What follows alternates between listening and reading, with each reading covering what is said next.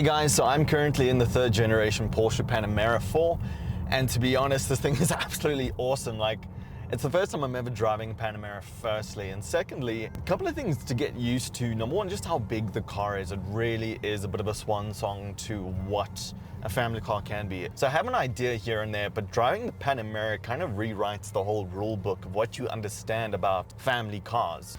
This car, what really blows my mind away about this car is the fact that it's just such a big car, and yet they've somehow managed to make it feel so nimble and agile, almost like as if it's a hot hatch. It's a bit insane and ridiculous, to be honest. This car is powered by a 2.9 litre twin-turbo V6 engine. It is not the GTS, so you do not get the twin-turbocharged 4 litre V8 as you do in the Cayenne, the Cayenne S. But this car does produce 500 Newton meters of torque as well as 260 kilowatts of power. Pair that with the Sport Chrono Package, which this one does have. Launch control then gets you from 0 to 100 kilometers an hour in 5 seconds flat. You also have something wonderful called the Porsche Active Suspension Management System, otherwise known as PASM. So what that does essentially is as you change the drive mode, the ride height of the car will adjust, the damper stiffness will adjust, everything kind of just becomes a bit more hardcore. The car wakes up, becomes alive. Something it really has to an advantage is two things. It's four-wheel drive and it has torque vectoring.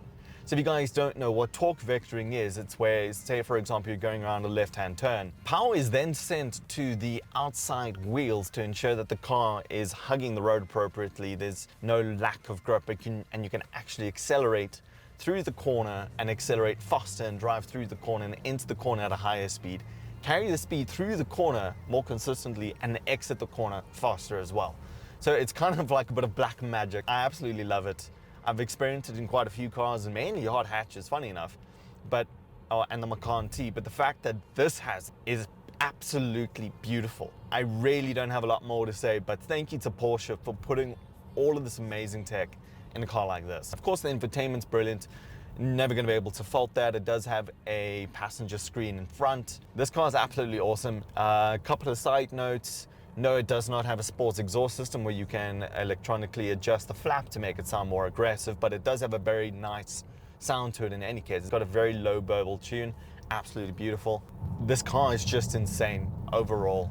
You can't really fault it that much. A couple of things to get used to though, because this is the latest generation of the Panamera, is the fact that Porsche have officially implemented quite a few changes. Number one is you have the fully digital instrument cluster. So that's number one. Getting used to that isn't that bad, to be honest. The other thing, and I think this is probably quite a notable thing, is the fact that you no longer have a starting procedure. Previously, back in the day, you could put your key in, start the car, then they reverted to keyless. The key can stay in your pocket and there's a twist dial like a key to start the car. Now they've officially put in a start button. That is a little bit controversial considering like a lot of people who opt for Porsches are really real driving enthusiasts and they love driving the car, and that's why people generally opt for Porsches.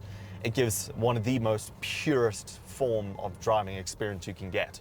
Now, taking that slightest bit of analog interaction with the car away, look for the Panamera. It's not the end of the world because the Panamera doubles up as a family car on a daily.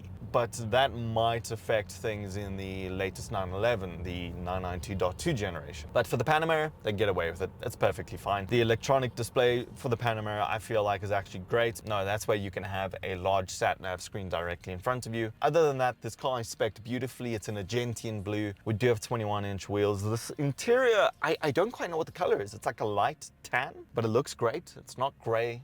Extremely comfortable. These are not the sports seats, but still very comfortable. They probably wouldn't be as comfortable if they were the sports seats. I don't think I would be able to really give it a good comparison against anything right now, because these days manufacturers don't really make cars like this that often. You don't get saloon estate cars that much, even though in America this classifies as a hatchback. I think the only car that this might be able to be a comparison towards would be the AMG GT63, but we'd have to compare it against the Turbo SE hybrid Panamera. That would be a very good, interesting comparison. But in terms of the Panamera 4, there isn't really a competitor for it, which is actually awesome because it has its own ballpark and it can pretty much just dominate its own space. Personally, would I buy one? I think so. This is a really cool daily. It's absolutely epic. I think it makes sense if you have, obviously, kids. I don't. So would I buy one now? No. I would buy a different Porsche, but not this one yet. But anyways, guys, thanks for watching. I really do appreciate it. If you can hit that like and subscribe button, it goes a long way. But yeah, stay tuned for the next video.